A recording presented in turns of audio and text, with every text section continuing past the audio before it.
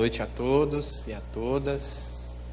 Gostaria de desejar as boas-vindas aos nossos irmãos que vêm pela primeira vez a esta casa ou que vêm pela primeira vez aos domingos, no nosso trabalho de exposição doutrinária, seguido de passe e outras atividades que acontecem na casa neste dia, pedindo ao Mestre Jesus que nos ilumine, que nos abençoe nesta noite, para que Ele guie o nosso entendimento e os nossos corações, e principalmente as nossas atitudes perante esta questão que vem à baila na exposição da noite de hoje.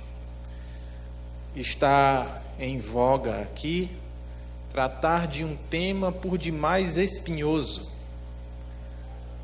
falar, questionar e questionar-se sobre problemas de sexualidade é sempre muito complicado, muito difícil, porque a educação que nós recebemos foi deficitária com relação a isso. O assunto sexo, sexualidade sempre foi tratado como um tabu e por muitas e muitas vezes, por muito tempo, foi negligenciado. E o resultado dessa negligência nós estamos experimentando na sociedade atual. Uma sociedade que é produto da evolução de uma sociedade de tempos transatos. A vida do ser humano em sociedade passou por várias transformações. E no nosso caso, no nosso país, Brasil, a exemplo de outras nações, nós atravessamos uma série de transformações. Nós ainda alcançamos o tempo em que a sociedade era predominantemente machista. O sentimento que envolvia toda a coletividade e que predominava era do machismo. Somente o homem poderia exercer certas funções perante a sociedade, assumir certos cargos, empregos, até mesmo a condição de trabalhar fora de casa, numa atividade, seja ela comercial ou industrial, era restrita aos homens, aos seres do sexo masculino. E por volta da década de 60, 70, nós tivemos uma transformação na sociedade. As mulheres buscaram os seus direitos e buscaram igualar o seu papel dentro da sociedade. Conquistaram o direito de sair do lar e buscar a rua, o trabalho, o emprego, a independência econômica, social. Houve, como toda mudança, grande furor, muitos questionamentos, e ainda hoje estamos percebendo certos traços de uma cultura machista na nossa sociedade atual. Mas as mulheres já conquistaram seu espaço. Esta modificação na sociedade já aconteceu. Hoje são poucos, é mínima a fatia da sociedade que ainda está envolvida pela filosofia machista. Mais de 20 anos, 15 anos, 10 anos para cá, a sociedade brasileira e mundial passa por uma nova transformação. A eclosão, podemos assim dizer, do fenômeno também, podemos assim dizer, da homossexualidade trazida à sociedade sem medo, sem opressão.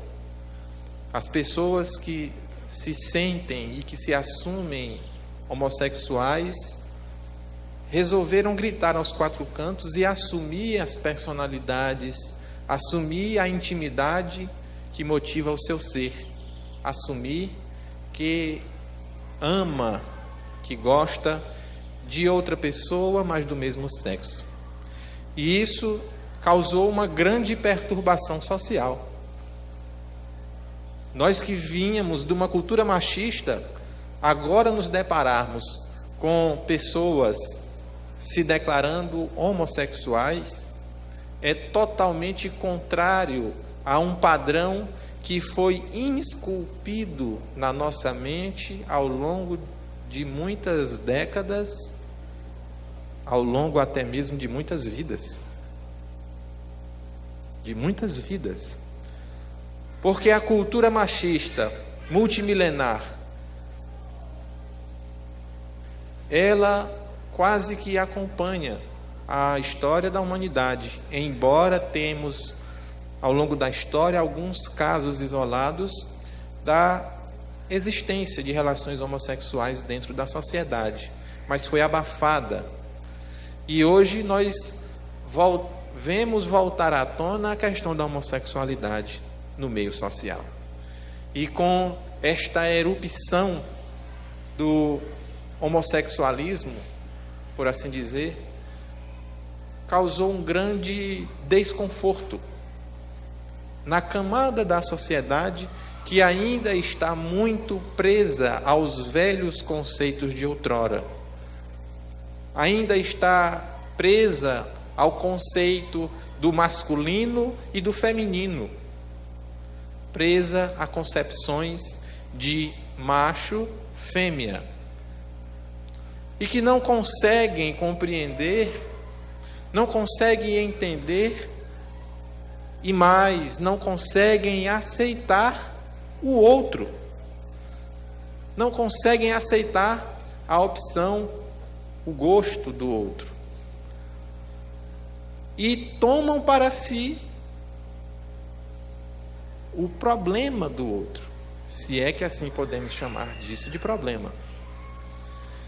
E as reações ao homossexualismo acontecem das mais variadas formas, desde do cochicho, quando uma pessoa adentra um ambiente, a reações mais enérgicas, ao ponto de expulsar a criatura por acharmos que ele é homossexual, que ela é homossexual.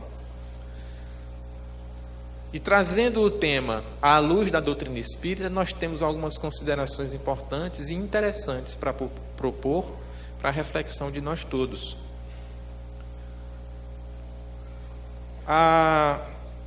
Nós nos valemos do Livro dos Espíritos.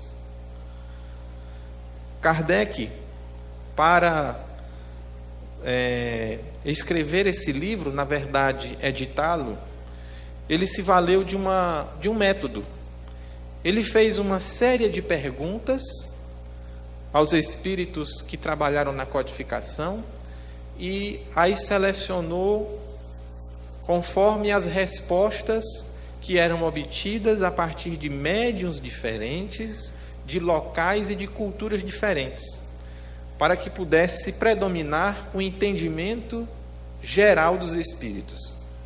E buscando na questão 694 e 695, contida lá no capítulo 4 do livro 3, que cuida sobre a lei de reprodução, nós temos duas perguntinhas pequenas, com respostas pequenas, onde nós vamos desenvolver um senso crítico acerca desta questão masculino-feminino, esse dualismo que impera até hoje.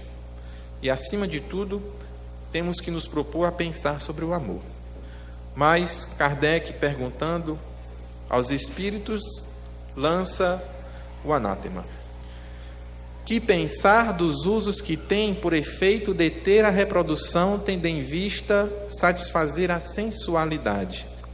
Ao que os espíritos responderam: isso prova a predominância do corpo sobre a alma e quanto o homem está materializado. No item seguinte, já tratando sobre casamento e celibato, Kardec pergunta, e vamos atentar para as palavras de Kardec na pergunta. O casamento quer dizer a união permanente de dois seres é contrário à lei natural? Ao que os espíritos responderam: é um progresso na marcha da humanidade. percebamos que Kardec, ainda envolvido neste dualismo masculino-feminino, pergunta: o casamento, e certamente inspirado pela espiritualidade superior, se retrata e diz, quer dizer, a união permanente de dois seres. E quando coloca dois seres, não faz referência alguma a homem e a mulher. Se refere a dois seres humanos que resolvem se unir permanentemente. E os espíritos respondem em curtas linhas que o casamento é um progresso na marcha da humanidade.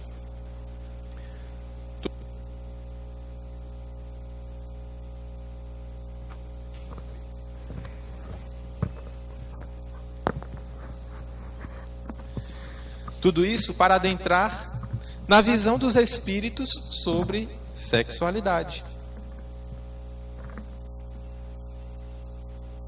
Kardec perguntou: tem sexo os espíritos? Ao que eles responderam: não como o penseis. Não como nós pensamos. Nós, enquanto criaturas encarnadas, dotadas de um corpo físico, quando pensamos em sexo ou em sexualidade, nós quase que diretamente vamos nos ligar à nossa estrutura corporal, diferente no homem, diferente na mulher. Mas isto é apenas um corpo, um envoltório, é uma ferramenta de que se utiliza o espírito. Nós, em essência, espírito que somos, desprovidos de corpo material, quando vamos encarnar, precisamos de um veículo para transitar aqui no planeta Terra. E este veículo é o corpo físico. Mas nós, em espírito, não temos sexos.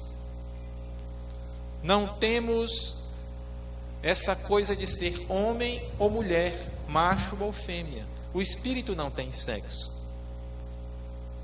E o espírito não tendo sexo,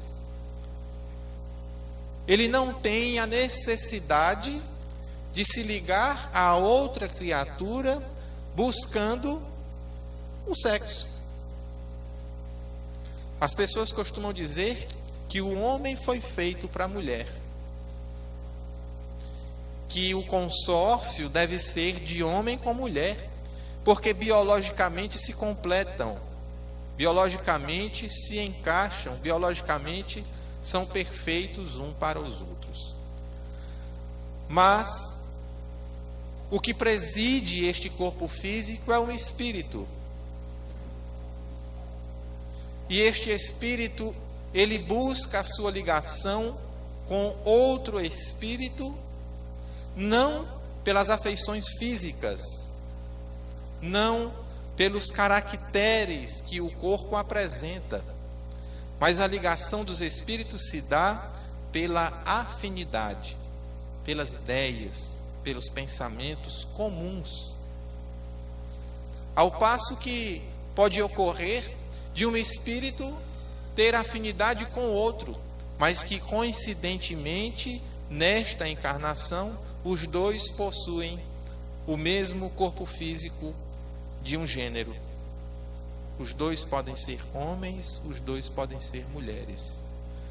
E a ligação que se faz ali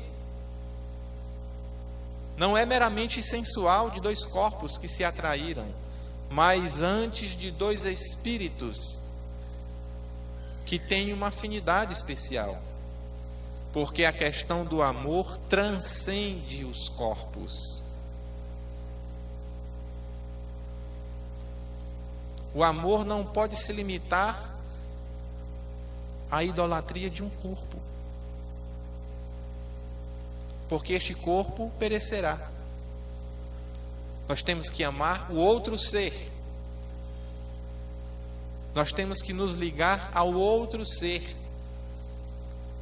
Como nós vemos muitos exemplos de casais em que um deles falece e a ligação continua existindo, A pessoa não busca outro companheiro ou companheira, continua amando aquele ser que não mais está presente em corpo, mas está presente em espírito.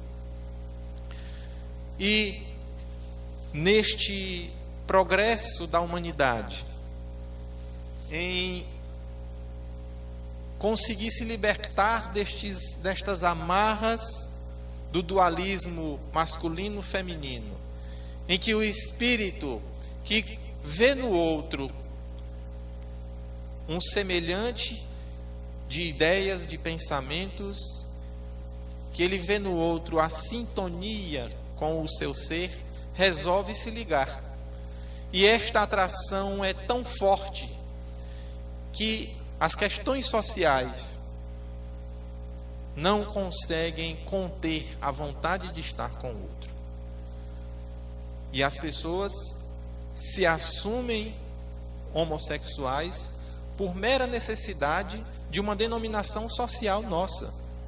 Porque em verdade e em espírito são dois espíritos que estão se unindo, que estão se amando, que estão se gostando, estão se propondo a caminhar lado a lado para o progresso. E o progresso da nossa vida espiritual não depende meramente dos nossos corpos. Nós precisamos dos corpos como uma ferramenta, mas o que na verdade se está burilando na encarnação é a questão moral. O nosso corpo físico nós podemos exercitar, ele pode crescer, ficar musculoso, mas ele perecerá. Mas quando nós trabalhamos a nossa questão moral, esta não definha, esta só ascende, só cresce, só evolui. E neste processo, nós encontramos pessoas ainda presas a conceitos transatos, conceitos vencidos, ouso dizer aqui. Porque há um ditado muito popular: somos nós que sentimos onde o sapato aperta. E em verdade somos nós que sabemos quem está mais afim ou menos afim conosco. Quem me completa ou quem não me completa, seja ele homem ou mulher. Mas essas pessoas que não conseguem compreender o outro, que não respeitam a opção, como costumam dizer, do outro em se relacionar com pessoas do mesmo sexo, desenvolvem uma verdadeira aversão à criatura que resolveu assumir um sentimento nobre para com uma pessoa do mesmo gênero. E a homofobia, esta aversão, esta raiva de quem se declara homossexual, ela invade a essência das criaturas que ainda são atrasadas. Se aproveita daquelas criaturas que não buscam a ligação com Deus e com a espiritualidade superior, não buscam em Jesus o guia para as suas vidas.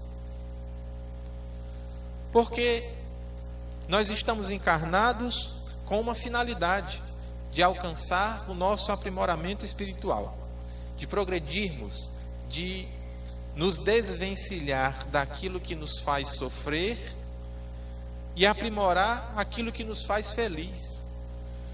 E estas pessoas que veem em um casal homossexual uma doença no seio da sociedade, na verdade estão trazendo um problema para si. Na verdade estão adoecendo a si mesmo, porque o casal homoafetivo está vivendo sua vida tranquilamente, felizmente, e eu, homofóbico, fico me doendo. Como pode? Uma pouca vergonha. Isso não pode, isso tem que ser combatido. E estes processos de sentir raiva pelo outro, por uma questão do outro, só me faz padecer. Porque eu deixo de seguir o meu caminho espiritual. Eu deixo de trabalhar as minhas imperfeições para me ligar à vida do outro. Eis o grande mal do homem, porque preocupa-se mais com o outro e esquece de olhar para a sua própria intimidade, esquece de olhar para como está a sua vida. Muitas das vezes despedaçadas, mas só consegue olhar o defeito do outro e se esquece do ensinamento de Jesus. Quando sabe, porque muitos nem sabem o que Jesus veio ensinar há mais de 2000 anos. Quando for olhar o cisco no olho do outro, olha primeiro a trave que tem no teu. E a questão da sexualidade, ela intriga muito, ela palpita muito na vida de muitas pessoas. Quem não tem um vizinho ou uma vizinha que fica dando definição da vida do filho do outro vizinho? Olha, fulano de tal ali não passa um mês com uma namorada. A menina ali, toda noite, é um rapaz diferente. E fica se preocupando com uma vida alheia. E para ilustrar esta questão da preocupação que nós temos com a vida do outro, que em alguns casos preocupando-nos com a vida sexual ou sentimental do outro, nós temos que buscar, como tudo, a orientação em Jesus. E o que Jesus disse com relação ao homossexualismo? Alguém sabe? Jesus falou sobre o homossexualismo? Eu até hoje não li nada Jesus se referindo ao homossexualismo. Mas eu vi Jesus nos ensinando em um caso onde a questão sexual foi trazida até ele. E recordo-me da ocasião da mulher adúltera, que Jesus estava sentado, rabiscando alguma coisa no chão, meditando, quando chega a turba, trazendo uma mulher que diziam ter cometido adultério. E o adultério é uma problemática ligada à sexualidade. E àquele tempo era tido como um crime que deveria ser punido com o apedrejamento até a morte da criatura que cometesse o adultério. Então, fazendo a analogia, porque levaram até ele um caso de sexualidade desvirtuada, trazendo para hoje ao que alguns consideram a homossexualidade como um desvirtuamento da educação sexual. Nós vamos ter em Jesus o guia para que nós nos espelhemos, para nos posicionarmos diante dos problemas, dos transtornos sexuais do outro, porque os nossos nós temos que trabalhar. Mas isso é assunto para outro dia. E Jesus, rabiscando na areia, meditando, trouxeram a mulher adúltera e a turba o instigou. Nós pegamos esta mulher em adultério. O que devemos fazer com ela? Sabedores de que a pena na sociedade daquela época era o apedrejamento. E o que foi que Jesus disse? Alguém arrisca? Atirai a primeira pedra, aquele que estiver... Mas o que fez Jesus antes disso? Jesus não disse uma palavra. Quando lhe trouxeram a mulher e que lhe perguntaram: mestre, o que fazemos com essa mulher? Devemos apedrejá-la? Jesus baixou a cabeça e continuou a rabiscar na areia. Foi o que Jesus fez. Jesus continuou o que estava fazendo. Embora houvesse vindo à terra para nos ensinar, neste simples gesto que numa leitura desatenta pode não significar nada, Jesus está dizendo: é problema seu? Continue a fazer o que você está fazendo. Baixou a cabeça e continua rabiscando no chão, cuidando dos afazeres dele, cuidando da vida dele. Mas eles questionaram novamente. Aí então que Jesus diz a frase que Dona Zilda disse: aquele que estiver sem pecados, atire a primeira pedra. E daí então foram se retirando pouco a pouco, os mais velhos primeiro e depois os mais novos. O ensinamento de Jesus é tão especial, tão sutil, que a gente precisa se demorar mais nas palavras contidas no Evangelho. Porque Jesus deu a lição, mas Jesus condenou a mulher adúltera, Jesus condenou a pessoa que estava num processo de desvirtuamento de sua sexualidade. Não. Jesus provocou uma reflexão nos outros. Aquele que estiver sem pecados, que atire a primeira pedra. Os mais velhos foram saindo primeiro, e os mais novos depois. Por que isso? Será que foi à toa que os evangelistas grafaram a ordem de quem foi saindo na dispersão dessa turba? Não, meus irmãos. Os mais velhos saíram primeiro porque viveram mais, e vivendo mais, tiveram mais oportunidades de errar, de pecar. E foram os primeiros que a consciência bateu logo forte. E foram os primeiros a se retirarem, porque estavam cheios de pecados. E depois os mais jovens, que pouco tempo tiveram e provavelmente menos erros cometeram. Então, esta passagem de Jesus com a mulher adúltera, nós podemos trazer para a nossa realidade com relação à homossexualidade.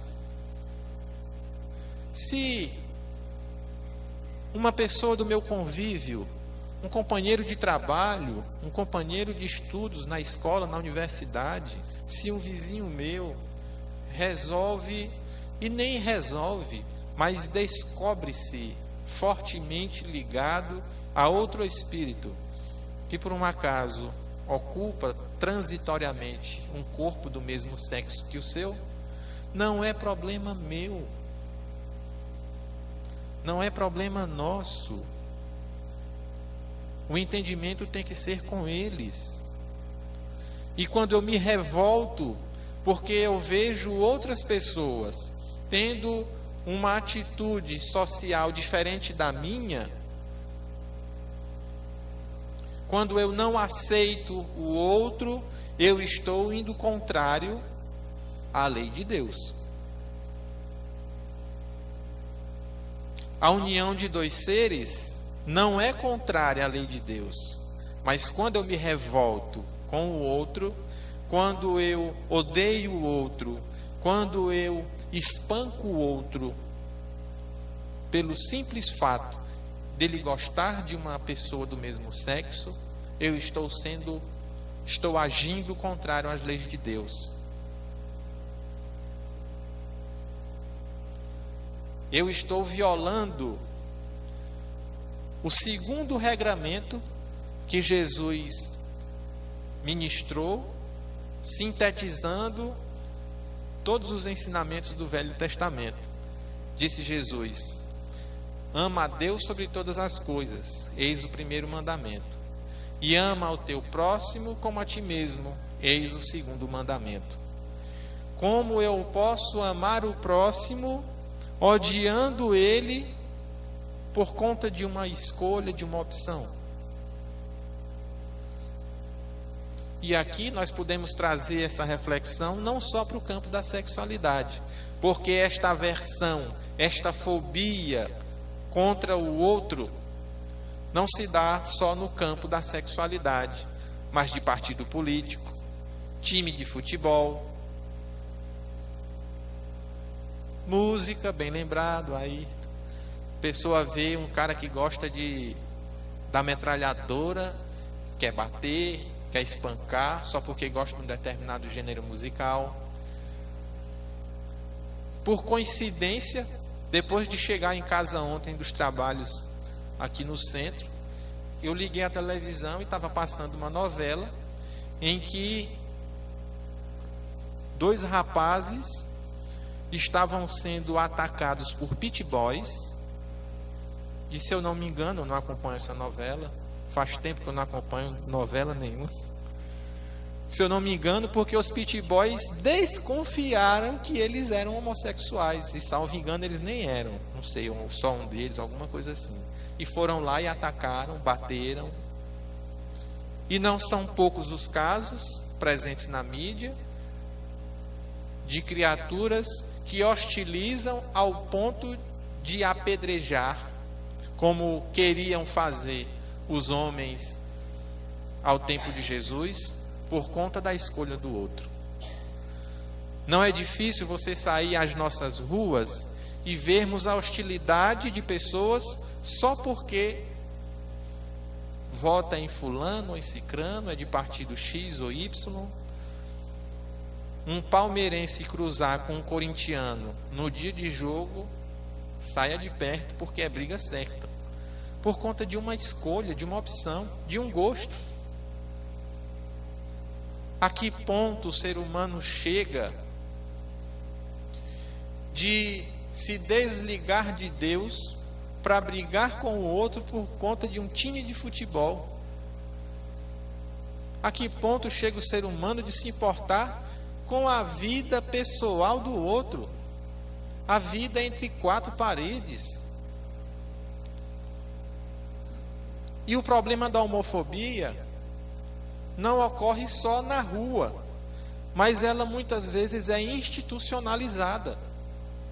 E o pior, dentro de igrejas. Nós sabemos que há denominações religiosas que são taxativos em não aceitarem homossexuais nas suas fileiras, entre seus fiéis. Tem a homossexualidade como uma doença. Que absurdo! Ou expulsa ou cura do homossexualismo. É a chamada homofobia institucionalizada. Às vezes, todo um estado, um país, é contra a homossexualidade. É um verdadeiro retrocesso à natureza animal do ser humano. A doutrina espírita, que descortina a nossa visão para mais além do que simples corpos, do que a simples matéria que os nossos sentidos limitados podem perceber, nos revelam que somos espíritos imortais, que temos a possibilidade, como assim fazemos, de, cumprindo também o mandamento de Jesus, nascer e renascer várias vezes. E nestas encarnações sucessivas, nós precisamos experienciar coisas do gênero masculino como do gênero feminino. Hoje estou encarnado num corpo masculino, mas amanhã posso estar encarnado num corpo feminino, para que eu possa aproveitar as experiências de uma vida voltada ao lado feminino.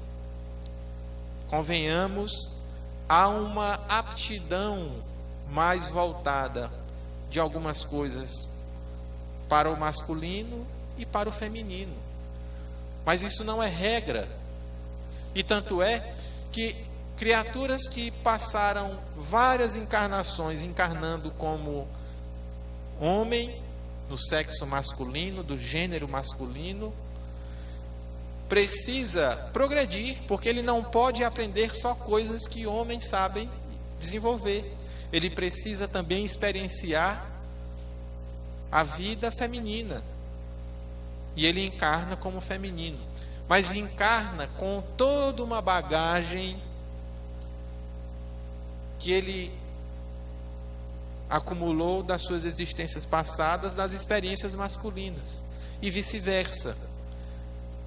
E daí nós temos criaturas que o corpo revela uma identidade biológica, seja do sexo masculino ou feminino, mas a mente e a intimidade revelam uma personalidade diferente daquele corpo. Alguns entram até em conflito consigo mesmo ante a pressão social. E às vezes cometem atos homofóbicos contra si mesmos, porque veem falar que homossexualidade é doença, é transtorno, e não conseguem se compreender. E às vezes mutilam o próprio corpo para tentar, de alguma forma, adequar o espírito que tem uma bagagem com o corpo atual, o corpo presente. E a doutrina espírita, quando nos revela que somos espíritos e que os espíritos não têm sexo como nós compreendemos enquanto encarnados, traz para muitas pessoas a calma para entender os processos psicológicos que passam e que algumas vezes sofrem. São traços, reminiscências de experiências anteriores. São memórias de vidas passadas, por muitas vezes ligadas a um gênero só, e encarnado começa a descobrir outro gênero. E qual o problema disso? Qual o problema que isso acarreta na minha vida, quando este processo de amadurecimento e descoberta é no outro? A doutrina espírita, ela se posiciona como em outros tipos de intolerância, veementemente contra a homofobia, como se posiciona contra a intolerância religiosa, a discriminação racial, porque o espiritismo compreende o ser que vai além da existência atual de um corpo físico. O espiritismo, ele cuida não de corpos, embora algumas práticas, reflexivamente, nós conseguimos perceber transformações e até mesmo cura em corpos. Mas o espiritismo cuida de almas. O que mais se vê falando em casa espírita, seja aqui na Parnaíba, no Piauí, no Brasil ou na França, onde quer que seja, é que o espiritismo provoca nos seus frequentadores, nos seus confidentes, a reforma moral e não uma mera reforma corporal, porque este corpo é transitório, vai passar, vai perecer. Nós continuaremos existindo e ocuparemos outros corpos.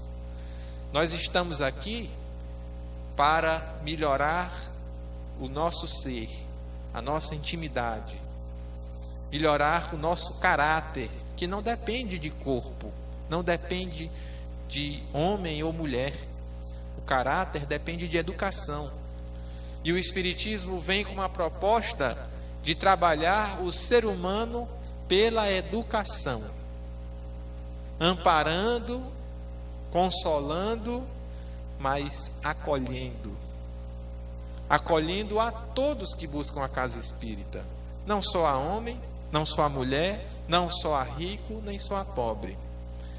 A casa espírita, assim como a casa do caminho dos apóstolos de Jesus, dando continuidade à igreja por ele fundada, está de portas abertas para receber todos. especialmente os que vêm enxotados de outras casas, que vêm enxotados de suas famílias, que vêm enxotados do seu trabalho, que vêm enxotados às vezes por si mesmo, buscando entender o que se passa consigo. A casa espírita está aberta para receber a todos que desejem se modificar para melhor, e compreende a posição de cada um, porque cada um de nós temos uma necessidade especial. Na casa espírita não tem fila prioritária para o passe, como tem no banco, Cacau, que a gestante, a lactante, o idoso tem prioridade, porque são portadores de necessidades físicas especiais. Mas enquanto seres espirituais, todos nós somos dotados de necessidades especiais, particulares. Cada um tem uma coisa para se tratar. Os corpos físicos são meros detalhes. Nós não podemos mais nos permitir sentindo raiva, ódio por questões do outro, seja ela qual for, seja a homossexualidade, seja partido político, seja o bairro que ela mora. Nós não podemos mais. É muita animalidade num ser eterno que está buscando a sua espiritualização, que está justamente buscando se desvencilhar desses atrasos que a vida material ainda nos traz. Nós não podemos nos demorar presos a esses conceitos antigos, a estes conceitos perversos, até ouso dizer assim, porque quem está ali do lado é um irmão nosso, pode ter um corpo diferente, como eu tenho, diferente do seu Ayrton. Eu sou branco, ele é mais escurinho. Mas eu amo o ser que ele é. Quando eu abraço o seu Ayrton, eu não estou abraçando o corpo de um homem que tem idade para ser meu avô, mas o que me liga a ele é o ser que ele é a afinidade que nós temos de pensamento, de sentimentos. E uma das coisas mais fantásticas que eu me deparo todas as vezes que eu venho ao Caridade e Fé é essa transcendência do material que a gente já consegue desempenhar aqui. A gente consegue me fugiu a palavra. A gente consegue se congraçar. Por exemplo, eu beirando os 30 anos, com o Ayrton beirando uns tantos anos, com Dona Joana, Doutora Janine, nós já conseguimos transcender essas questões de orientação sexual, idade, posição sexual, cor. Nós trabalhamos juntos, sem olhar para essas questões que são tão pequenas. Quando você se espiritualiza, quando você busca na fonte maior que nós temos, que é Jesus. Quando nós buscamos no guia e modelo da humanidade, essas questões são meros detalhes. São meros, eu ia dizer entraves, mas são instrumentos de nos fazer pensar a vida de uma forma diferente. Nós não podemos nos perder na ignorância de achar que a nossa opinião é a correta. Nós somos seres sociais, precisamos do outro. E se amanhã eu precisar daquele que eu estava hostilizando ontem? Se amanhã eu precisar daquele que é assumido homossexual, mas que é um exímio médico, eu estou à beira da morte. E muitas vezes o destino prega essas peças para nos fazerem pensar. para nos fazerem, acima de pensar, reconhecer o nosso erro, de julgar o outro e de condenar o outro por conta de uma orientação sexual. Um detalhe na vida da pessoa. Nós ainda estamos muito distantes de conhecer o amor na sua acepção mais pura, mas temos que começar a trabalhar para alcançar este amor, o mesmo que Jesus e que Deus sente por nós. E Ele ama a todos, independente da condição social, orientação sexual, cor, raça, credo. Vejam a heterogeneidade deste auditório. Tem pessoa de todo jeito. E Deus está observando e amando a todos da mesma forma, da mesma intensidade. Por que nós temos que ser diferentes? Jesus dispensou o carinho do seu cuidado a todos que lhe foram trazidos, sem distinguir nada. Rompeu cidades diferentes para pregar, curar, e nunca fez uma exigência. Eu só atendo público X. Porque o amor verdadeiro não tem barreiras, não se orienta por estas questões que a vida material, infelizmente, ainda nos faz segregar o nosso olhar quando estamos diante da sociedade. Nós precisamos buscar mais no Evangelho de Jesus, buscar mais no ensinamento que Jesus nos transmitiu, às vezes não pelas suas palavras, mas pelas suas ações e pelas suas omissões. Quando ele se calou, quando lhe perguntaram o que deveria fazer com a mulher adúltera. Se calou nos ensinando a seguir a nossa vida, o nosso caminho. O processo de reajustamento do outro é do outro. Quando pudermos, nós devemos auxiliar, mas quando não pudermos, nós não podemos atrapalhar.